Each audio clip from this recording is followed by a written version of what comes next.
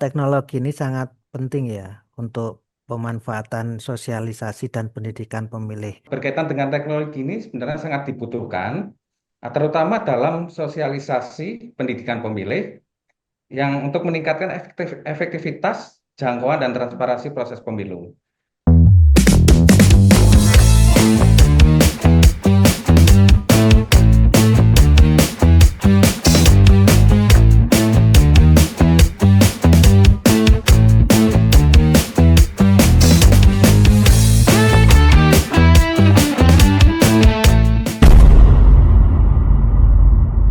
Hai teman pemilih, apa kabar hari ini? Semoga selalu sehat ya. Senang sekali saya bisa kembali menjumpai teman pemilih untuk memberikan informasi terkait dengan pemilu, pemilihan, maupun informasi penting lainnya yang tentunya menarik untuk kita ikuti. Masih bersama saya Nunung di podcast KPU Jateng.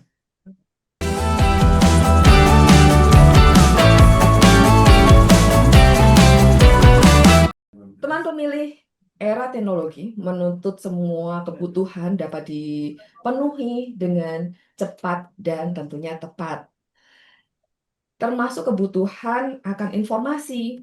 Kebutuhan masyarakat saat ini sudah dapat dipenuhi dalam satu genggaman dengan adanya teknologi. Pemanfaatan teknologi juga digunakan dalam pelaksanaan tahapan pemilu maupun pemilihan, di antaranya untuk pengelolaan data pemilih, pengelolaan data peserta pemilu maupun pemilihan, dan juga untuk pengelolaan hasil dari pemilu maupun pemilihan itu sendiri.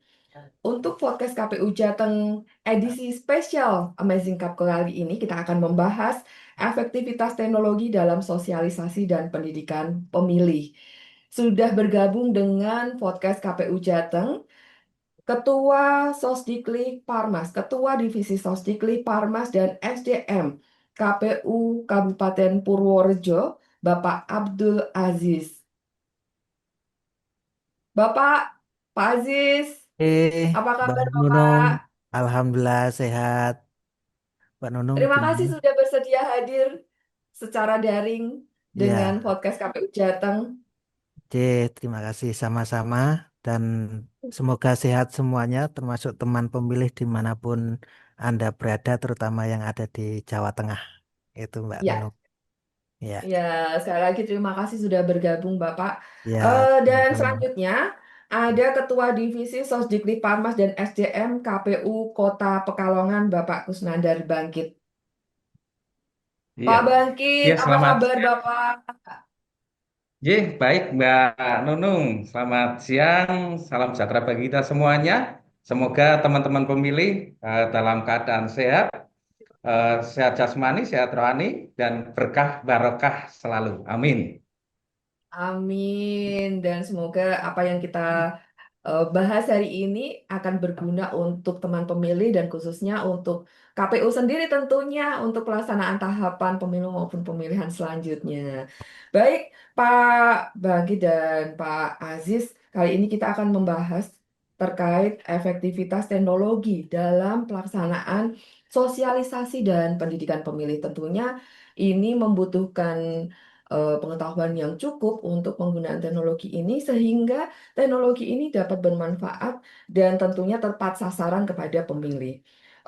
Pertama mungkin Ya, saya akan ya, ke Pak Aziz terlebih dahulu. Pak Aziz, ya.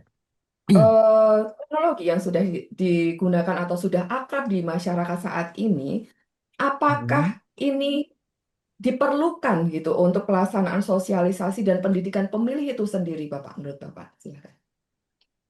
Ya, terima kasih Mbak Nunung dan teman pemilih dimanapun Anda berada. Jadi, teknologi ini sangat penting ya untuk pemanfaatan sosialisasi dan pendidikan pemilih. Karena apa? Ini bisa menjangkau kepada seluruh masyarakat lebih luas. Jadi, tidak terbatas hanya yang diundang atau kita sosialisasi di tempat mana, ya hanya orang-orang itu saja yang akan mengetahui informasi yang kami sampaikan. Tetapi dengan adanya teknologi ini, kita bisa menjangkau lebih luas informasinya dan mungkin yang tidak sempat diundang untuk sosialisasi tetap bisa mengetahui informasi yang kita berikan. Dan tentunya beberapa tahun terakhir ini KPU sudah telah memanfaatkan sistem informasi ini untuk membantu dan mendukung pelaksanaan pemilu maupun pemilihan.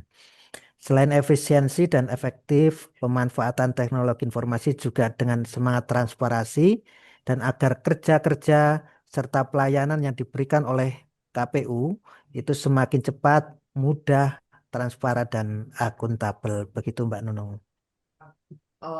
Tentunya ini sangat Iya, membantu KPU gitu ya Bapak, iya, apalagi betul. wilayah Sangat membantu Purworejo sekali. yang sangat luas, cukup Iya, luas lah ya di Jawa betul, Tengah, cukup salah satu luas. wilayah yang luas begitu. J. Beda lagi mungkin dengan kondisi di Kota Pekalongan yang wilayahnya tidak seluas di Purworejo. Pak Bangkit, kalau dari sisi penyelenggara pemilu di Kota Pekalongan, bagaimana ini Bapak? Teknologi apakah diperlukan juga di wilayah yang cakupannya nggak terlalu luas itu Bapak untuk sosialisasi dan pendidikan pemilih?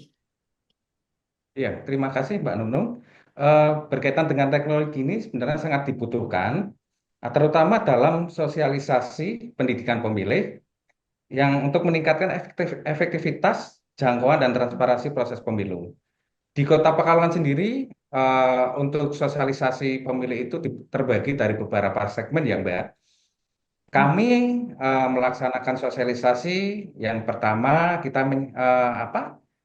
menyesuaikan segmen dari masyarakatnya itu sendiri. Kita melaksanakan podcast di TV, televisi, itu menyasar ibu-ibu yang di rumah, karena ibu-ibu ketika masih memasak atau bersama anak-anaknya yang bersangkutan itu nonton TV, kita sosialisasi di TV. Di Kota Pekalongan juga ada masyarakat yang berkecimpung di dunia batik, UMKM. Biasanya kalau orang-orang yang bekerja di sektor batik itu mendengarkannya radio, Mbak.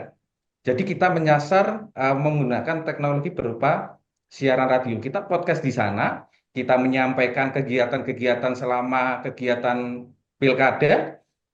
Terus kita selain di situ juga kita melaksanakan kegiatan eh, mengundang teman-teman eh, dari disabilitas.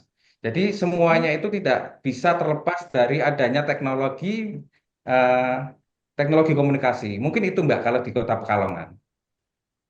Jadinya ini dirasa sangat efektif untuk pelaksanaan sosialisasi. Jadi tentunya ini bisa me, apa ya, menyebarkan secara merata nggak sih Bapak penggunaan teknologi? Tentunya kan ini digunakan untuk media sosial begitu ya Bapak? Iya, di media sosial itu kan kita misalnya Gen Z ya Mbak ya. Gen Z kan Hmm, dia cenderung tidak bisa lepas dari HP. Nah, iya. kita sosialisasi di situ. Kalau di di teman-teman yang bekerja di buruh batik atau di UMKM atau jualan di pasar itu kita dengan sosialisasi menggunakan metode podcast di radio itu. Oh, berarti tetap kearifan lokal yang sudah berjalan tetap Iya, dilakukan, didukung dengan pemanfaatan teknologi yang dikembangkan oleh KPU sebagai penyelenggara pemilu maupun pemilihan. Ngeten, ya Pak Bangkit. iya Mbak. Itu yang Baik, dilaksanakan kita di. nggih. Kalau di Purworejo dengan wilayah Ya, yang lebih luas mm-mm. daripada Pekalongan begitu, Iya. bagaimana teknologi ini mendukung pelaksanaan sosialisasi dan pendidikan pemilih untuk pemilu maupun pemilihan yang lalu, Pak Aziz? Mm-mm. Ya, terima kasih Mbak Nunung. Jadi teknologi ini sangat mendukung penyebaran informasi dan pendidikan pemilih ya melalui platform digital yang ada seperti media sosial, kemudian website, kemudian aplikasi yang lain yang memungkinkan untuk komunikasi dua arah sehingga jangkauannya itu lebih luas, penyajian informasi secara interaktif dan personal. Nah, sehingga hal ini sangat membantu kami dalam upaya untuk sosialisasi pendidikan pemilih. Nah, media sosial ini kita juga menggunakan apa namanya media sosial yang ada seperti Instagram, kemudian TikTok, kemudian Twitter, Facebook, YouTube kita maksimalkan, kita gunakan untuk penyebaran informasi, terutama untuk sosialisasi dan pendidikan pemilih. Nah, kemudian teknologi ini juga sebagai faktor untuk membangun pemilih yang kritis dan terinformasi, sehingga di mana kita manfaatkan teknologi ini kita untuk edukasi politik, kemudian mengatasi kesenjangan informasi karena saat ini banyak sekali informasi-informasi yang miss atau hoax ya di kalangan masyarakat sehingga bisa kita manfaatkan media sosial ini ataupun teknologi ini untuk menyebarkan informasi tersebut.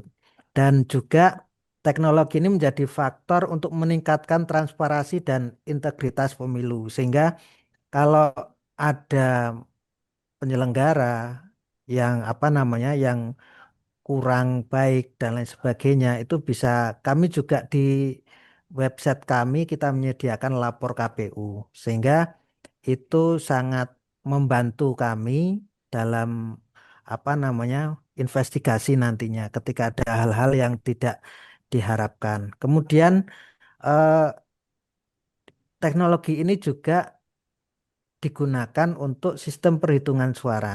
Jadi Ya. eh, saat itu ada aplikasi Sirekap ya, sehingga itu sangat membantu kami untuk merekap hasil proses perhitungan suara. Dan juga teknologi ini kita manfaatkan untuk cek data pemilih karena eh, banyak sekali masyarakat karena kita juga sangat luas ya Mbak Nunung ya. Jadi Projo ini sangat luas, ada 16 kecamatan, kemudian ada 494 desa atau kelurahan se-Kabupaten Projo. Jadi ini jumlahnya ini sudah sama dengan desa atau kelurahan seprovinsi daerah istimewa Yogyakarta, sama persis. Ini ya.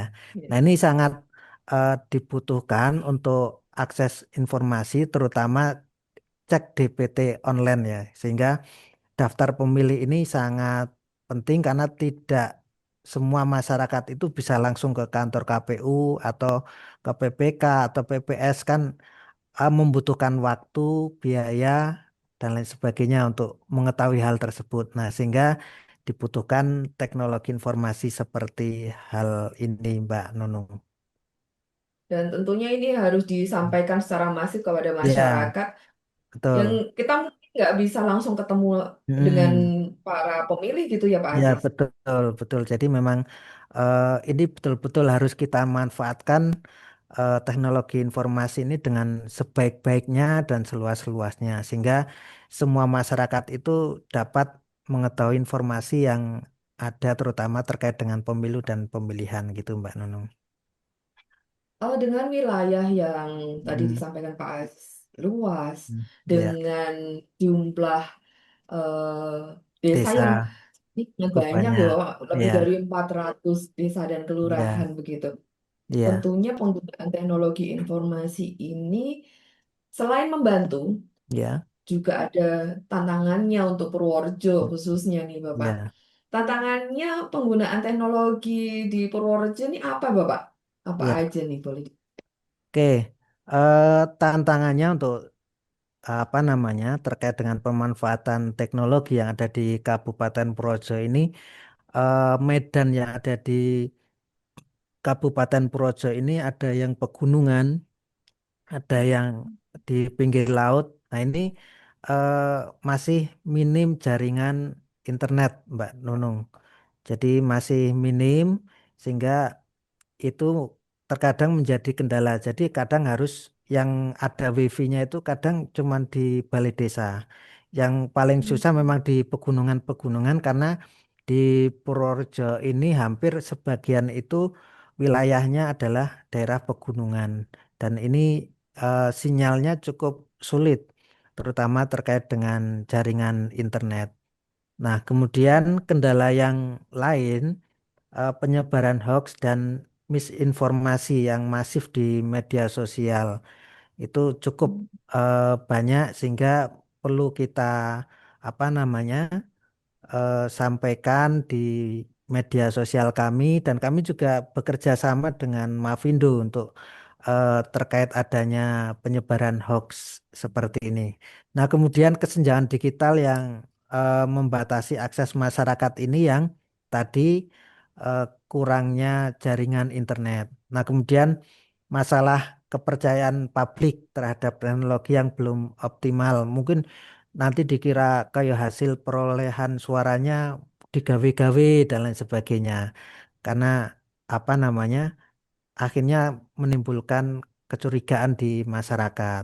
Kemudian eh, resiko serangan cyber dan penyalahgunaan data ini juga cukup perlu menjadi perhatian, harus kita jaga bersama supaya data-data ini tetap terjaga dengan baik. Nah, kemudian ada juga kurangnya literasi digital di kalangan masyarakat dan penyelenggara yang menjadi kendala tersendiri dalam mencapai sosialisasi pemilu yang efektif, inklusif melalui teknologi ini. Begitu Mbak Nunung. Ya, eh, butuh Mm. ini ya Bapak, butuh effort KPU juga untuk Ya, menjaga bahwa teknologi ini bisa dimanfaatkan dengan baik ya, oleh para betul. penyelenggara Iya, yang di bawah begitu. mm-mm, betul. Kalau di Purworejo dengan wilayah yang luas, dengan jumlah pemilih yang tentunya Mm-mm, banyak, mm-mm. apalagi tadi disampaikan jumlah desanya eh, Iya, lebih dari 400 desa kelurahan yang betul. di Jawa Tengah Iya, sangat banyak, terhitung eh, dalam range yang tinggi begitu. Kita iya. mau tahu kalau di Pekalongan, apakah juga ada tantangan ini atau ada tantangan yang lain dengan geografis yang tidak serumit di Purworejo begitu Pak Bangkit, boleh diceritakan? Kalau di Kota Pekalongan sendiri tantangannya lebih ke isu ya Mbak ya. Isu-isu Hmm. yang paling serang ya di ketika pilkada antara paslon ini dengan paslon ini. Jadi kita ketika ada isu-isu yang bisa memicu konflik, kita berusaha mengcounter di situ melalui medsos atau ketika kita melaksanakan sosialisasi di sekolah-sekolah. Kebetulan waktu itu kan program P5 itu kan masih jalan ya Mbak ya. Sekarang kan P5 kan sudah tidak ada ya. Jadi ketika kita sosialisasi di sekolah-sekolah, kita kebanyakan anak-anak ini menanyakan berkaitan dengan isu-isu hoax yang ada. Terus juga tantangan yang lain kalau Singgang di Kota Pekalongan itu aman, Mbak. Kita itu kan hanya 4 kecamatan, 27 kelurahan. Jadi untuk tantangan teknologi jaringan itu tidak ada, hampir tidak ada. Semua di wilayah Kota Pekalongan eh, untuk mengakses jaringan itu mudah. Terus eh, berkaitan dengan keamanan cyber itu memang kita perlu berhati-hati karena memang waktu itu juga ada apa salah satu itu yang medsosnya kehack apa-apa. Jadi kita juga ngati-ngati ketika masuk ke medsos kita. Tidak semua medsos itu eh, dipakai dengan beberapa HP atau beberapa komputer, hanya salah satu komputer yang untuk mengakses kegiatan-kegiatan kita. Itu Mbak, Hmm. tantangan di Kota Pekalongan. Prinsip kehati-hatian itu yang harus benar-benar dijaga oleh KPU Kota Pekalongan begitu ya Pak Bangkit ya. Iya, Berarti. ya kita harus hati-hati karena sekali kita kebobolan kan juga nggak baik ya Mbak ya. Bisa dengan Ya, saja. banyak data yang dimiliki oleh KPU soalnya ya Pak Bangkit. Iya. Kalau berarti kalau demikian, apakah penggunaan teknologi ini menjadi efektif untuk menyampaikan informasi kepada para pemilih, khususnya untuk memberikan pendidikan pemilih begitu? Efektif Mbak, karena di Kota Pekalongan kita dengan kita memanfaatkan teknologi itu eh, sarana yang murah dibanding kita melaksanakan kegiatan ketemu langsung atau sosialisasi eh, ke sekolah atau ke apa ke tempat-tempat kelurahan atau kecamatan. Dengan kita memanfaatkan mengoptimalkan teknologi, kita bisa eh, bisa apa ya lebih sebenarnya dengan kita sosialisasi menggunakan teknologi ini lebih murah Mbak. Karena memang di Kota Pekalongan itu kan kemarin apa hibahnya itu kan juga kecil ya Mbak ya, tidak seperti di apa di kabupaten sebelah-sebelah kita. Jadi memang berkaitan dengan teknologi kita optimalkan semaksimal mungkin. Berarti tetap dimanfaatkan meskipun bisa dijangkau. Kalau Pekalongan kan nggak Ya, jauh ya Pak, jadinya kan bisa tidak dijangkau jauh. kapanpun oleh langsung oleh KPU kota begitu. Tapi tetap penggunaan teknologi secara bijak begitu menjadi efektif untuk penyelenggaraan tahapan pemilu maupun pemilihan selama ini sampai dengan saat ini ya Pak Bangkit. Iya, iya, kita memang mengoptimalkan dan juga ketika kegiatan itu kan ada itu ya Mbak ya, ada anak-anak magang ya. Ya. Anak-anak magang itu eh, kita kita ajak untuk membuat konten yang berkaitan dengan pemilu. Hmm. Bisa menyasar teman-teman yang eh, apa ya, yang bisa bermanfaat lah ketika ada anak magang di KPU, kita ajak bersosialisasi, kita ajak membuat konten bareng, ya bisa menyebarluaskan informasi-informasi yang ada di KPU Kota Pekalongan. Jadi selain mudah, murah, tapi juga mungkin lebih menarik ya Pak untuk ini Iya, lebih tampilan menarik. kontennya Iya, cara kita karena melibatkan mengemasnya, Mbak. Gen Z. Hmm.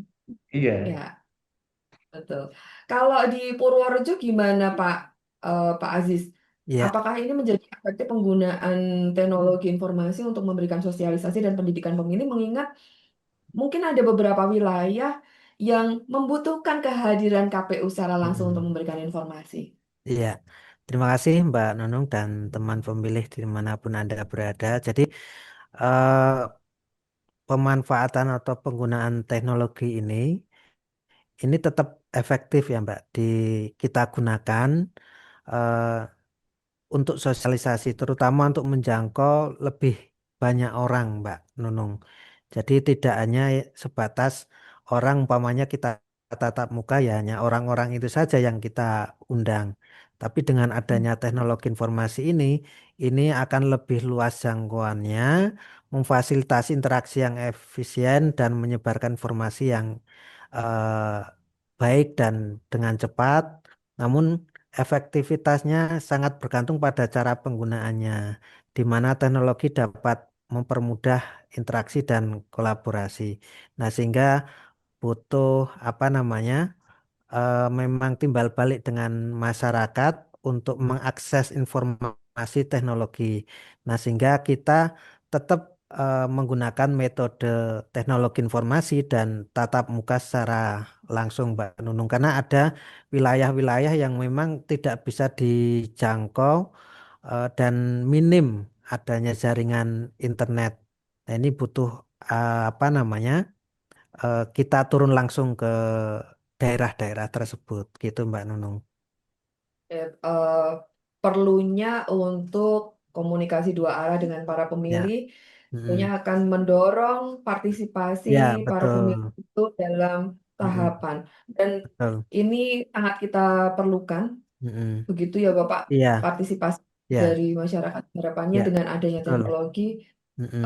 seperti tadi yang disampaikan oleh Pak Mm-mm. Aziz, bisa Ya, membantu sekaligus untuk menjawab kebutuhan-kebutuhan para ya. pemilih. Mungkin Ya, ada Pak juga Aziz. di media sosial kami kan ada kolom komentar. Jadi mungkin ada masukan-masukan atau ada pertanyaan itu kan bisa kita tanggapi juga gitu loh. Kita tanggapi melalui media sosial tersebut ataupun nanti kita tindak lanjuti apa sih yang diharapkan oleh teman pemilih ini gitu loh.